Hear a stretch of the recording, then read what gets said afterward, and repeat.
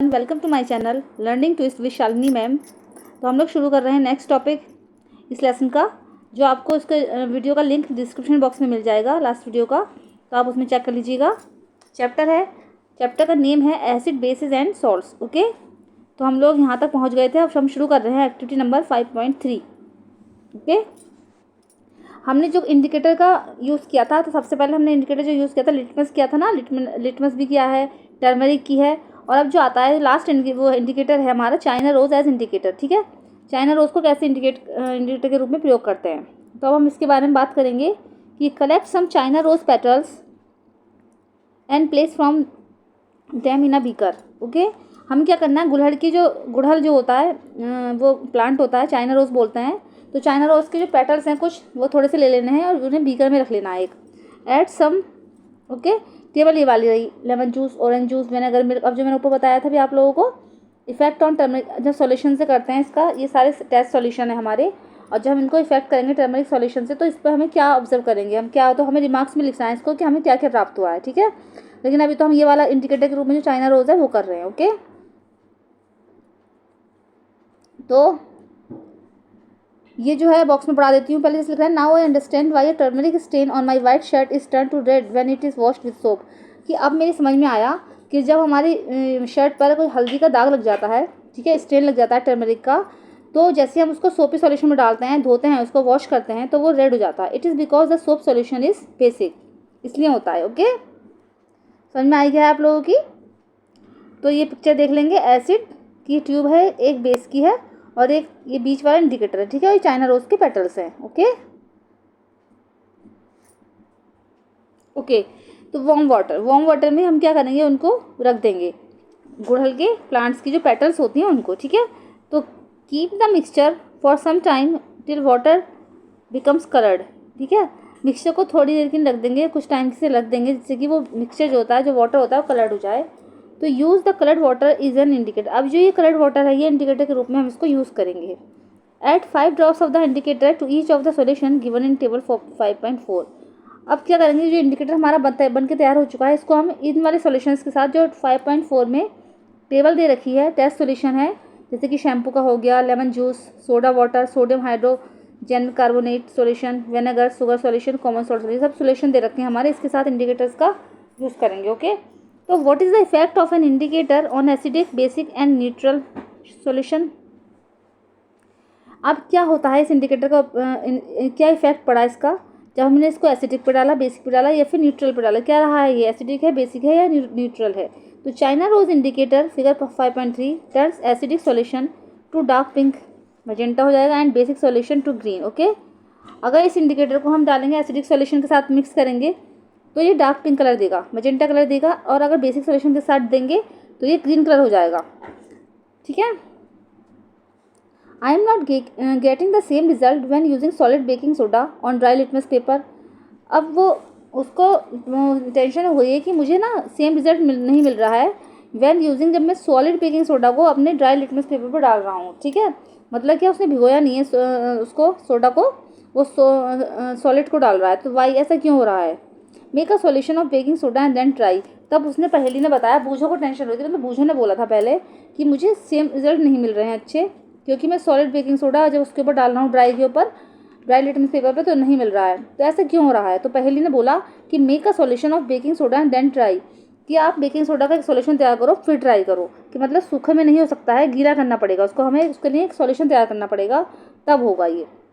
Okay, अब ये table देखिए 5.5। तो name of the acid, effect on the litmus paper पे क्या लगा, टर्मरिक पेपर के साथ क्या हुआ, चाइना रोज सॉल्यूशन के साथ उसका क्या हुआ। तो हम सारे यहाँ पे एसिडिक सॉल्यूशन लिख लेंगे जो जो होते हैं, मतलब जो जो जिनके साथ हम करेंगे, फिर उनका इफेक्ट लिखेंगे, लिटमस पेपर पे क्या हुआ, टर्मरिक पे क्या हुआ, और चाइना रोज पर क्या हुआ, उसका सॉल्यूशन का इफेक्ट। ठीक है, अब आगे बढ़ते हैं। ठीक है, Paheli brought the following paheli for you, coffee is brown and bitter in taste, it is an acid or a base, don't give the answer without any test, you are in the dark with its test। ठीक है, coffee is brown, उसने पूछा है कि वो एक पहेली लाई है कि coffee is brown and bitter in taste, ठीक, कड़वी होती है, वो ब्राउन होती है, तो क्या ये एसिड है या फिर ये बेस है। Don't give the answer without, अपना आंसर जो है बिना टेस्ट के मत दीजिए, you are in the dark with its test. ठीक है, बिना इसके टेस्ट के भी आप इसका आंसर नहीं दे सकते हो।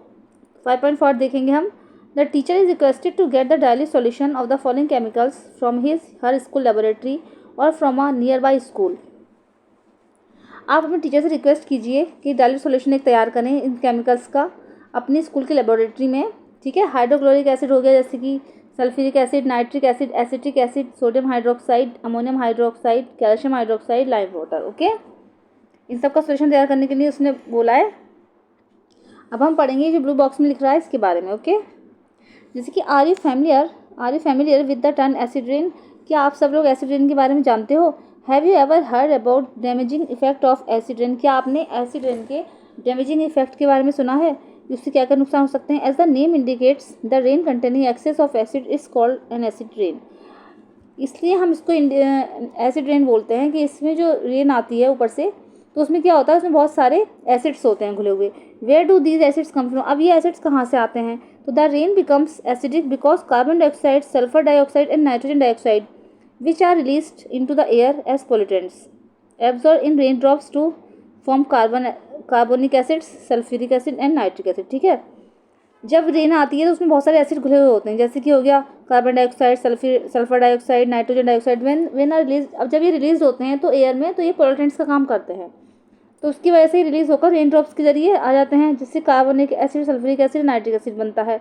Acid rain can cause damage to buildings, historical monuments, plants and animals. Acid rain से हमारी बहुत सारी बिल्डिंग्स को भी नुकसान पहुंचता है, हिस्टोरिकल मोन्यूमेंट्स खराब हो रहे हैं, प्लांट्स एंड एनिमल्स, ये सबको नुकसानदायक सिद्ध होती है और सबके लिए हार्मफुल है। अब बताया भी जा रहा है कि ताजमहल भी इसकी वजह से खतरे में आ रहा है। आप लोगों ने सुना होगा कि जो एसिड रेन से है उसके ऊपर निशान पड़ने लगे हैं, जैसे कि रस्ट हो जाती है ना, रस्टिंग जैसे जंग हो जाती है, उसकी वजह से ख़राब होने लगता है। एसिड रेन जो होती है बिल्डिंग्स को ख़राब कर देगी, हमारे हिस्टोरिकल मॉन्यूमेंट्स ख़राब हो जाएंगे, प्लांट्स और एनिमल्स, ठीक है, इससे बहुत नुकसान होता है उनका। अब क्वेश्चन देख लेंगे। क्वेश्चन में क्या लिख रहा है? Great care should be taken while handling laboratory acids and base because these are corrosive in nature, irritating and harmful to skin, okay. तो इन्होंने क्वेश्चन दिया है कि आपको जो लेबोरेटरी एसिड्स और बेसिस होते हैं, इनको हैंडलिंग करने के लिए, मतलब जब आपको उठाओ या फिर आप जैसे कोई एक्सपेरिमेंट कर रहे हो, तो आपको इसके ग्रेट केयर की ज़रूरत है, बहुत ध्यान रखना चाहिए, नहीं तो ये क्या होता है, ये इरिटेटिंग हो सकता है, बहुत नुकसानदायक हो सकते हैं, इनसे खतरा भी हो सकता है, ठीक है, कोई हादसा हो सकता है, एंड हार्मफुल टू स्किन, और ये हमारी स्किन के लिए भी बहुत हार्मफुल होते हैं। तो demonstrated the effect of the 3 indicators on each of the these solutions, record observation in table 5.5। इसमें वही लिख रहा है, मैंने बताया था अभी कि इन तीनों इंडिकेटर्स को, मैंने बताया आपको, जो 3 इंडिकेटर्स हमने दिए हैं, तो सारे सॉल्यूशन के साथ इनका रिकॉर्ड एक्सपेरिमेंट कर करके देखेंगे, फिर जो ऑब्जर्वेशन आएगा उसको हम टेबल 5.5 में नोट कर देंगे। अब आता है हमारा टॉपिक, नेक्स्ट टॉपिक, न्यूट्रलाइजेशन। ये क्या होता है कि we have learn that acids turn blue litmus red and bases turn red litmus blue. Let us see what happens when an acid is mixed with the base. हमने अभी पढ़ा था कि जब एसिड जो होता है, एसिड क्या होता है, ब्लू लिटमस को रेड कर देगा and bases turn red litmus blue हो जाता है, ठीक है। तो late us see what happens, आइए देखते हैं कि तब क्या होता है जब एक एसिड को बेस के साथ मिक्स किया जाता है। तो we are going to use an indicator you have not use so far, it is called phenolphthalein, okay. हम यहाँ पर एक ऐसा इंडिकेटर यूज़ करने जा रहे हैं, ठीक है, जो बहुत काम में आता है, इट इज़ कॉल्ड फिनोलेप्थिलीन। क्या बोलते हैं हम? फिनोलेप्थिलीन, ओके। एक्टिविटी 5.5 इससे हम करके देखेंगे।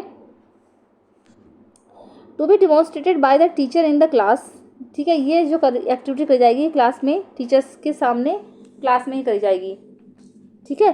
Fill 1/4 of a test tube with dilute hydrochloric acid, note down its colour. हम क्या करेंगे, एक टेस्ट ट्यूब लेंगे, उसमें 1/4 हाइड्रोक्लोरिक एसिड डालेंगे, डाइल्यूट हाइड्रोक्लोरिक एसिड, फिर इसका कलर देखेंगे कि इसका कलर कैसा हुआ। तो note down the colour of phenolphthalein solution also. तो फिनोलेप्थिलीन का सॉल्यूशन है, उसका कलर भी नोट करेंगे। Add 2-3 drops of the indicator to the acid. अब इसमें हम क्या डालेंगे, 2 से 3 ड्रॉप्स इंडिकेटर डालेंगे एसिड के रूप में। तो now shake the test tube gently. अब टेस्ट ट्यूब को हल्का सा हिलाएंगे। Do you observe any changes in colour of the acid? क्या आपने देखा कि एसिड के कलर में कोई चेंज हुआ? Add to the acidic solution a drop of sodium hydroxide solution by a dropper. अब उसमें क्या करेंगे हम कि ड्रॉपर्स की सहायता से सोडियम हाइड्रोक्साइड सॉल्यूशन 1 ड्रॉप और डालेंगे, ठीक है, उसमें डालेंगे। तो स्टिर द ट्यूब जेंटली, और उसको धीरे से हिलाएंगे। Is there any change in the colour of the solution? क्या उसके सॉल्यूशन के कलर में कोई चेंज हुआ है? Continue adding the sodium hydroxide solution drop by drop while stirring till the pink colour just appears, ठीक है। अब उसमें हम क्या करेंगे, सोडियम हाइड्रोक्साइड जब डालेंगे ना, तो वो डालते चले जाएंगे, मतलब 1 बाय 1 एक ड्रॉप डाला, फिर देखेंगे उसका कलर चेंज हुआ या नहीं हुआ, फिर एक ड्रॉप डालेंगे, फिर देखेंगे, और ऐसा हम तब तक करेंगे जब तक कि उसमें हमें पिंक कलर ना प्राप्त हो जाए। Now add 1 more drop of dilute hydrochloric acid. अब उसमें हम क्या करेंगे, हाइड्रोक्लोरिक एसिड डालेंगे 1 ड्रॉप।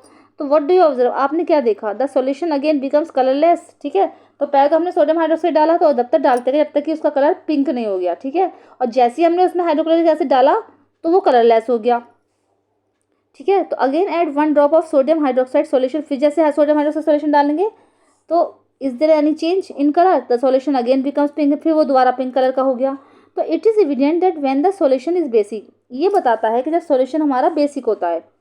ठीक है, जैसे हमारा सोडियम हाइड्रोक्साइड डाला हमने तो क्या था, वो बेसिक सॉल्यूशन था, बेस में डाला हमने, तो फिनोलेप्थिन जो था गिव्स अ पिंक कलर, फिनोलेप्थिन ने हमें क्या करा, पिंक कलर दिया।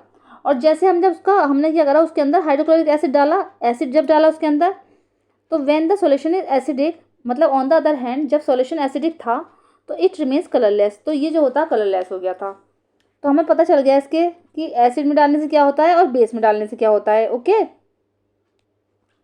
तो when an acidic solution is mixed with a basic solution, जब हम एक एसिडिक सॉल्यूशन को बेसिक सॉल्यूशन के साथ मिक्स करते हैं तो both the solution neutralise the effect of each other, तो ये दोनों सॉल्यूशन जो होते हैं न्यूट्रलाइज हो जाते हैं, एक दूसरे का इफेक्ट जो होता है इनका न्यूट्रलाइज हो जाता है। तो when an acid solution and a base solution are mixed in suitable amounts, तो both the acidic nature of the acid and the basic nature of the base are destroyed. जब हम एक एसिड सॉल्यूशन को base solution के साथ mix करते हैं suitable amounts में, तो दोनों ही जो सॉल्यूशन होते हैं एसिडिक नेचर का जो है वो acid and the basic nature of the base are जो होते हैं डिस्ट्रॉयड हो जाते हैं। ठीक है, तो the resulting solution is nether acidic nor base, तो जो रिजल्टिंग सॉल्यूशन जो हमारा मिला वो ना तो एसिडिक रहा और ना ही बेसिक रहा। तो touch the test tube immediately after neutralisation, अब क्या करेंगे, जल्दी से टेस्ट ट्यूब को टच करके देखेंगे। तो व्हाट डू यू ऑब्जर्व, तो हमने क्या ऑब्जर्व किया, हम ये ऑब्जर्व करेंगे कि पता है वो गर्म लगेगी टेस्ट ट्यूब जो होगी।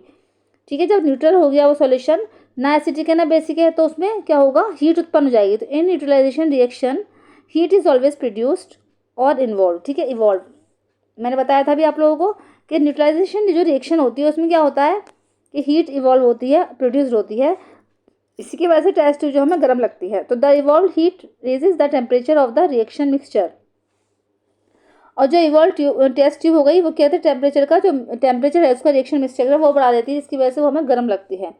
इन neutralization reaction a new substance is form, neutralization reaction जो होती है उसमें एक नया सब्सटेंस बनता है, दिस इज कॉल्ड सॉल्ट, इसको हम सॉल्ट बोलते हैं। तो सॉल्ट में भी एसिडिक बेसिक और neutral in nature, thus the neutralisation can be defined as follows. ठीक है, जो सॉल्ट निकला वो हमारा वो एसिडिक भी हो सकता है, बेसिक भी हो सकता है और न्यूट्रल भी हो सकता है। तो इसलिए न्यूट्रलाइजेशन जो होता है हम इसको इस तरीके से डिफाइन कर सकते हैं, the reaction between an acid and is a base is known as neutralisation. वो पूछेंगे ना व्हाट इज न्यूट्रलाइजेशन, तो आप लोग बताओगे कि the reaction between an acid and a base is known as neutralisation. Salt and water are produce in this process with the evolution of heat. ठीक है, सॉल्ट और वाटर बनता है इस प्रोसेस में, हीट उत्पन्न होती है। तो जैसे एसिड प्लस बेस की जब रिएक्शन करेंगे हम तो क्या बना, सॉल्ट प्लस वाटर बना और इसमें हीट निकलती है। ओके, तो the following reaction is an example, जैसे हाइड्रोक्लोरिक एसिड हो गया, एक तो हमने डाला acid hydrochloric acid plus sodium hydroxide हमने बेस डाला। ओके, तो जो इसकी रिएक्शन हमने करी तो क्या बना, हमारा सोडियम क्लोराइड बना। ठीक है, ये नमक होता है। ठीक है, ये सॉल्ट बना प्लस वाटर मिला हमें H2O। तो Boojho added dilute sulphuric acid to lime water, तो will the reaction mixture become hot और कूल। बूझो ने क्या करा, उसमें डाइल्यूट सल्फ्यूरिक एसिड के साथ लाइम वाटर को एसिड टू लाइम वाटर में करा, तो विल द रिएक्शन मिक्सचर, तो क्या जो रिएक्शन में जो मिक्सचर बना वो क्या हॉट होगा या कूल होगा, ये देख जाएगा, पूछा है उसने। ठीक है, तो neutralisation in everyday life. Okay, तो हमारे एवरीडे लाइफ में न्यूट्रलाइजेशन कैसे होता है, सबसे पहले किस काम में आता है, जैसे कि इंडाइजेशन। ठीक है, इंडाइजेशन जैसे हो गया, अब stomach contains hydrochloric acid, it help us to digest food. हमारे स्टमक में क्या होता है, पेट में जो हमारे एसिड बनता रहता है कभी कभी। ठीक है, तो वो बनता है हाइड्रोक्लोरिक एसिड बनता है, तो ये जो होता है हमारे जो फूड को डाइजेस्ट करता है। ठीक है, मतलब ये हमारे लिए फ़ायदेमंद चीज़ हो गई। अब stomach contains hydrochloric acid, it help us to digest food, ये हमारे फूड को डाइजेस्ट करने के लिए काम में आता है। तो as you have learned in chapter 2, but too much of the acid in the stomach causes indigestion। लेकिन क्या होता है, जैसे कि आपने चैप्टर 2 में पढ़ा है कि ये इसके लिए फ़ायदेमंद होता है, जैसे हमारे पेट में जो एसिड बन रहा है ये डाइजेशन के लिए काम में आता है। बट लेकिन क्या होता है, जैसे कि ज़रूरत से ज़्यादा जब एसिड बनता है, टू मच एसिड बनेगा हमारा, तो ये इंडाइजेशन हो जाता है हमारी बॉडी में। ठीक है। तो समटाइम्स इंडाइजेशन इज पेनफुल, कभी कभी इंडाइजेशन पेनफुल भी हो जाता है, हमारे दर्द होने लगता है हमारे पेट में। To relieve indigestion we take an antacid such as milk of magnesia which contains magnesium hydroxide, it neutralises the effect of excessive acid. Okay, तो हम क्या करते हैं, इस इंडाइजेशन से मुक्ति पाने के लिए हम लोग क्या करते हैं, छुटकारा पाने के लिए हम क्या करते हैं, मिल्क ऑफ मैग्नीशिया लेते हैं। ठीक है, जैसे कि ये तो एंटी एसिड का काम करता है। एंटी एसिड वो होते हैं जो हमारे एसिड के प्रभाव को रोकते हैं बॉडी में, हमारे ज़्यादा एसिड बन रहा है तो उसको कम करते हैं। तो एंटी एसिड लेना पड़ता है हमें, जैसे कि हम उसमें ले सकते हैं मिल्क ऑफ मैग्नीशिया, तो विच कंटेन्स मैग्नीशियम हाइड्रोक्साइड, जिसके अंदर क्या होता है, मैग्नीशियम हाइड्रोक्साइड होता है। It neutralises the effect of excessive, ये क्या करता है, जो हमारी बॉडी में एक्सेसिव एसिड बन रहा है उसको न्यूट्रलाइज कर देता है। ठीक है, नॉर्मल कर देगा। अब आता है एंट बाइट, ये डेली लाइफ की बता रहे हैं न्यूट्रलाइजेशन क्या होता है हमारी डेली लाइफ में, इसके यूज़ क्या क्या हैं। तो व्हेन एन एंट बाइट, जब हमें एक चींटी काटती है, it injects the acidic liquids formic acid into the skin, तो ये हमारी जो स्किन में होती है फॉर्मिक एसिड छोड़ देती है, तो हमारे स्किन में फॉर्मिक एसिड बनने लगता है। तो the effect of the acid can be neutralize by rubbing moist baking soda, sodium hydrogen carbonate या फिर calcium calamine solution which contains zinc carbonate. Okay, तो हम क्या करेंगे, उसके इंजेक्ट को रोकने के लिए फॉर्मिक एसिड जो हमारी बॉडी में बन रहा है उसमें जहाँ पे काटा, तो हम बेकिंग सोडा रब कर देंगे थोड़ा सा। तो जब बेकिंग सोडा रब करने से क्या होगा कि उसमें क्या होता है, या फिर कैलामाइन सॉल्यूशन लगा देंगे जिसके अंदर जिंक कार्बोनेट होता है, तो ये उसके प्रभाव को रोक देता है एंट बाइट के। ठीक है, तो न्यूट्रलाइजेशन का काम करता है ये। अब आता है soil treatment. Excessive use of chemical fertilizers makes the soil acidic. Plants do not grow well when the soil is either too acidic या फिर too basic। ठीक है, क्या होता है, जिस केमिकल फर्टिलाइजर का यूज़ करते हैं हम अपनी सॉइल में, मिट्टी में, तो मिट्टी जो होती है हमारी वो एसिडिक हो जाती है बहुत ज़्यादा, तो जिससे कि वो नुकसानदायक होती है, जिससे कि प्लांट्स जो होते हैं अच्छी तरह से ग्रो नहीं करते। ओके, तो plants do not grow well when the soil is either too acidic या फिर टू बेसिक, अगर वो ज़्यादा एसिडिक है या फिर वो बेसिक है तो प्लांट्स अच्छे से ग्रो नहीं करते। तो हमें ये तो पता लगाना पड़ता है कि हमें पहले इसके लिए मिट्टी को चेक कराना होता है कि मिट्टी हमें ज़्यादा एसिडिक है या फिर बेसिक है। When the soil is too acidic it is treated with bases like quicklime, calcium oxide या फिर स्लैट लाइम। ठीक है, अगर मिट्टी हमारी ज़्यादा एसिडिक हो रही है तो हम इसको ट्रीटेड करते हैं किससे, क्विक लाइम, कैल्शियम ऑक्साइड आता है या फिर आता है कैल्शियम हाइड्रोक्साइड।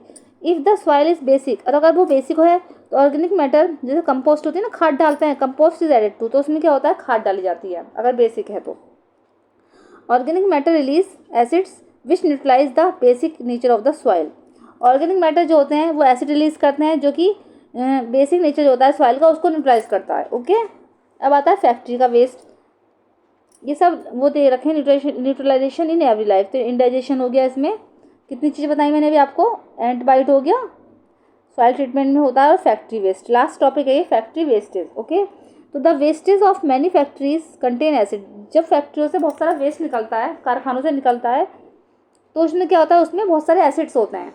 ठीक है, if they are allowed to flow into the water bodies, अगर वो वाटर बॉडीज में बहा दिए जाएंगे, उनको क्या करा जाएगा, वाटर बॉडीज में बहा दिए जाएंगे, तो the acids will kill fish and other organisms, तो जो एसिड जो उनके अंदर से निकलेगा, वेस्ट निकला फैक्ट्री से, तो जब फैक्ट्री से जो वेस्ट निकल रहा है अगर हम उनको वाटर बॉडीज में, नदियों नालों तालाबों में बहा दिया जाएगा सही से, तो उनको साफ करके बहाया जाता है। ठीक है, उसमें वो डाल के, जिससे कि उनका एसिड का प्रभाव अलग हो जाए, तो उसके फिश मर जाएंगी और जो लिविंग ऑर्गेनिज्म हैं बहुत सारे वो खत्म हो जाएंगे। तो the factory wastage are therefore neutralize by adding basic substances, तो उसके अंदर हम बेसिक सब्सटेंसेस को जब ऐड कर देंगे तो उसको न्यूट्रलाइज करके उसके पानी को बहाया जाता है, उसके अंदर जो वेस्ट होता है उसको न्यूट्रलाइज कर देते हैं हम, तब उसको बहाया जाता है। ठीक है, वाटर बॉडीज में, जिससे कि जो हमारे उसके अंदर लिविंग ऑर्गेनिज्म पल रहे हैं, फिशेज़ हैं, ये हमारे लिए बहुत फ़ायदेमंद होते हैं। मैंने पिछले चैप्टर्स में आपको समझाया भी था कि लिविंग ऑर्गेनिज्म जो होते हैं हमारे लिए फ़ायदेमंद भी होते हैं। तो क्या होता है, उनको हम नहीं मारना चाहिए हमको, वो छोटे छोटे कीड़े मकोड़ों को खाते हैं। ठीक है, साइकिल समझाया था मैंने आप लोगों को, तो वही चीज़ आती है इसमें भी। ठीक है, तो उसमें क्या होता है, न्यूट्रलाइज कर देते हैं, ये उसका जो बेसिक सब्सटेंस है उसको न्यूट्रलाइज कर देते हैं और ये हमारे काम का हो जाता है। ओके, तो फैक्ट्री वेस्टेज का भी आप लोगों को समझ में आ गया होगा। तो ये लास्ट टॉपिक था इस वीडियो का, तो पूरा चैप्टर आपका एक्सप्लेन हो चुका है। और आपको अगर पिछली वीडियो देखनी है तो उसका लिंक आपको डिस्क्रिप्शन बॉक्स में दे दिया जाएगा। तो कैसी लगी मेरी वीडियो ज़रूर बताइएगा। अगर मेरी पसंद आई है वीडियो तो प्लीज़ उसको लाइक कीजिएगा, शेयर कीजिएगा और कमेंट करके जरूर बताइएगा। और अगर आप मेरे चैनल पर फर्स्ट टाइम विजिट कर रहे हैं तो प्लीज़ इसको सब्सक्राइब कीजिएगा। मिलते हैं नेक्स्ट वीडियो में, तब तक के लिए धन्यवाद।